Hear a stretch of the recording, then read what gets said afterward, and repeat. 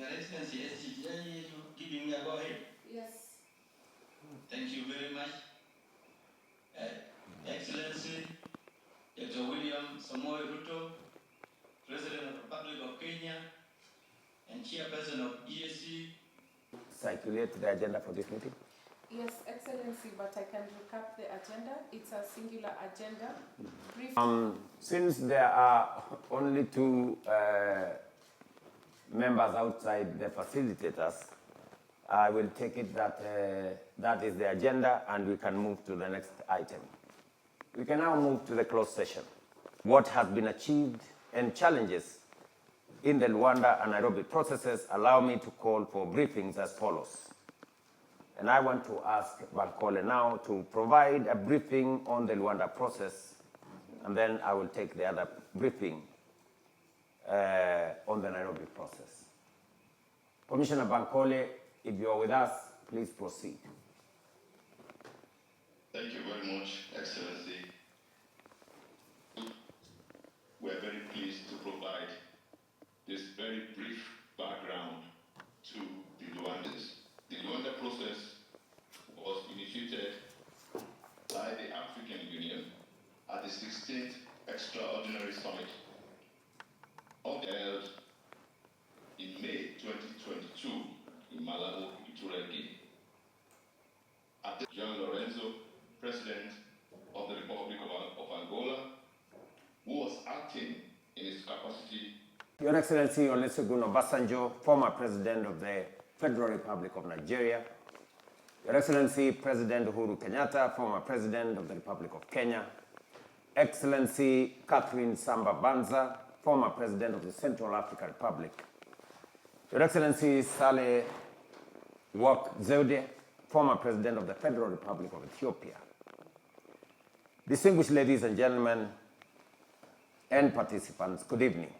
I am honored to warmly welcome you to this important virtual briefing session of the facilitators for the merged Luanda-Nairobi processes. I thank each and every one of you for creating time out of your very busy schedules and demanding schedules to be here today and for your commitment to this cause. I extend my deep appreciation to my co-chair, though he is not able to attend this evening, His Excellency President Emmerson Mnangagwa, for his steadfast leadership, and to the African Union for standing firmly behind this effort. I look forward to deepening our collective pursuit of peace, stability, and normalcy in Eastern DRC. Excellencies may recall that the EAC Sadc Summit convened virtually on the 24th March 2025 and appointed you as facilitators for the merged Luanda-Nairobi processes, and since then, President Mnangagwa and myself have signed letters of appointment to all of you.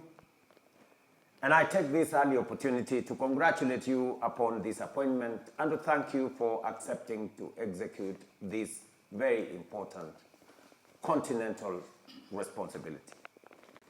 Conflict in the Eastern DRC has cast a very long shadow over the region for a long time, inflicting untold suffering on innocent citizens. At the joint EAC summit held in Dar es Salaam, Tanzania on the 8th of February 2025, we confronted this issue head-on. Among the key outcomes was the decision to merge the Luanda and Nairobi processes and appoint this distinguished team of facilitators, a vital step now beginning to bear fruit. I know we will be having a conversation as to how this is going to move forward, especially in the context that the facilitator of the Luanda process will not be part of the facilitating team. And that is a subject for us to have a conversation about, and we will have a conversation on how we will go about this. In the past 6 months, Your Excellencies, we have witnessed a very dangerous escalation. The M23 movement has seized vast territories in North and South Kivu, including the cities of Goma and Bukavu. including raising serious obstacles on humanitarian access that have been severely hampered as warring factions adopt increasingly hardline positions. More than 3,000 lives have been lost, with thousands more wounded or displaced. These grim figures are not just statistics. They are human tragedies, and they demand urgent redress from all of us. This crisis underscores a painful truth that we must craft homegrown solutions grounded in regional leadership and driven by African agency. I therefore commend you once again for accepting this formidable responsibility with courage and conviction. As facilitators, your mandate is critical, and the EAC, Sadc, and AU, Africa Union, look to you to do, among many, primarily maybe three things. Identify the core issues fueling this conflict and chart a path to sustainable resolution. 2, to explore options and guide voluntary agreements that restore hope and rebuild trust. And 3, explore options and identify the core issues, engage the parties in Eastern DRC, and break down barriers to communication. Excellencies, we will refine this mandate, taking into context your experiences as senior leaders in our continent, and we will continuously work with you to make sure that this responsibility and this task is discharged.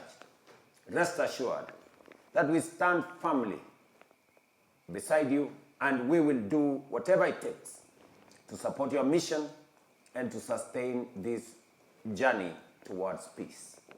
Allow me also to acknowledge with gratitude our partners who continue to work tirelessly to support peaceful resolution in Eastern DRC. I remain firmly persuaded that dialogue is the most viable path to lasting stability. On behalf of the Republic of Kenya and the entire East Africa community and Sadc, I reaffirm our firm commitment to a political process rooted in negotiation, dialogue, and regional solidarity. The journey ahead may be steep, but together we can bend the arc of history towards peace. I thank you all for your dedication and wish you a productive and purposeful meeting. I know many people in this meeting are in different parts of the world, and I appreciate that you have taken time out of your schedules to participate